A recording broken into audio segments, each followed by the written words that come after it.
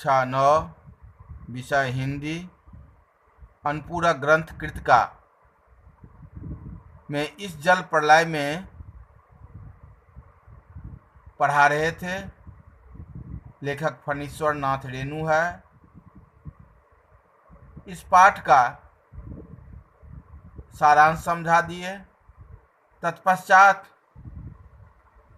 प्रश्न संख्या 10 तक का उत्तर समझा चुके हैं। आज 11वां प्रश्न से उत्तर समझाना है। तो 11वां प्रश्न है, अच्छा है, कुछ भी नहीं। कलम थी, वह भी चोरी चली गई। अच्छा है, कुछ भी नहीं मेरे पास। मूवी कैमरा, टेप रिकॉर्डर आदि की तीव्र उत्कंठा होते हुए भी लेखक ने अंत में उपर्युक्त कथन क्यों कहा? अथवा लेखक के पास कलम, मूवी कैमरा और टेप रिकॉर्डर आदि का न होना सुखद एहसास भी था क्यों?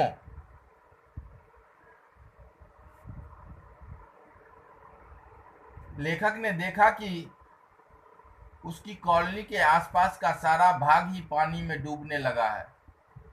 तो उसने महसूस किया कि अच्छा है कि उसके पास कुछ भी नहीं है। उसके पास अगर मूवी कैमरा, टेप रिकॉर्डर होते भी तो वह आसपास के लोगों की हृदय विदारक चीखें तथा विभीषिका के दृश्य भले ही कैद कर लेता, पर इससे बाढ़ में फंसे लोगों का कोई कल्याण नहीं हो सकता था। यह सब लेखक के लिए लेखन का विषय बन सकता था, पर यह सब उनके किस काम का होता? वह मात्र तमाशाबीन बनकर रह जाता। लेखक जो हमेशा से बाढ़ पीड़ितों की मदद करता आया था, वह उनकी मदद न कर पाता। इसलिए उसने ऐसा कहा कि अच्छा है, कुछ भी नहीं है। कलम थी, वह भी चोरी चली गई। अच्छा है, कुछ भी नहीं है मेरे पास।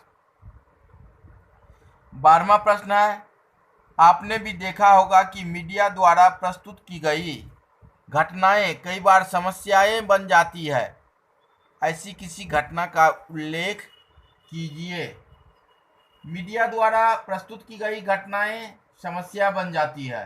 इसका ताज़ा उदाहरण सन 2010 के सितंबर महीने में जब दिल्ली में कई दिनों तक रुक रुक कर वर्षा होती रही तथा इन्हीं दिनों हरियाणा सरकार द्वारा ताजे वाले के हथनी कुंड बैराज से लाखों क्यूसेक पानी एक साथ छोड़ दिया गया, तो यमुना नदी उफान पर आ गई।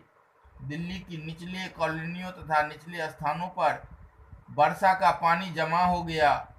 पानी नाले से बहकर यमुना में न जा सका। इस ठहरे हुए पानी को कई समाचार चैनल विभिन्न कोनों से बार बार दिखाता रहे और उद्घोषणा कर रहे थे, देखिए ये लोग कैसे पानी में डूब रहे हैं। इसके अलावा यमुना में बढ़ते पानी को यूं दिखा रहे थे मानो पूरी दिल्ली डूब जाएगी। इससे लोगों में अनायास भय का वातावरण बन गया था। हैरान परेशान जनमानस अफरा तफरी में पड़ गया था। और अंतिम प्रश्न 13वां है, आपकी देखी सुनी किसी आपदा का वर्णन कीजिए। सितंबर 2010 में हम दिल्ली से मुरादाबाद बरेली होकर लखनऊ जा रहे थे।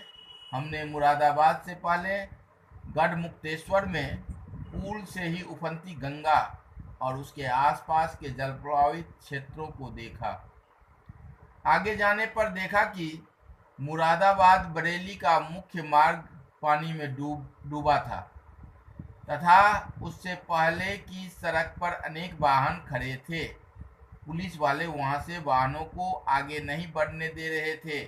सड़क पर पानी अत्यंत तेजी से बह रहा था।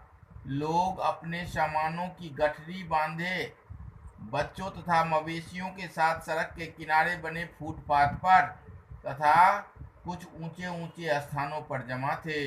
उनके मुरझाए तथा करुणापूर्ण चेहरे देखकर हमें दयार्द हो उठे।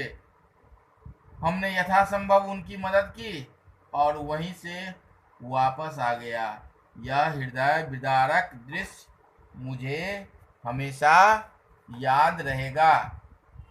तो इस प्रकार इस जल प्रलय शीर्षक का प्रश्न का उत्तर समझा दिए हैं। कृतिका से एक और पाठ पढ़ना है। उस पाठ का शीर्षक है किस तरह आखिरकार मैं हिंदी में आया, शमशेर बहादुर सिंह का। अगले दिन क्लास में यही चैप्टर पढ़ाएंगे, किस तरह आखिरकार मैं हिंदी में आया।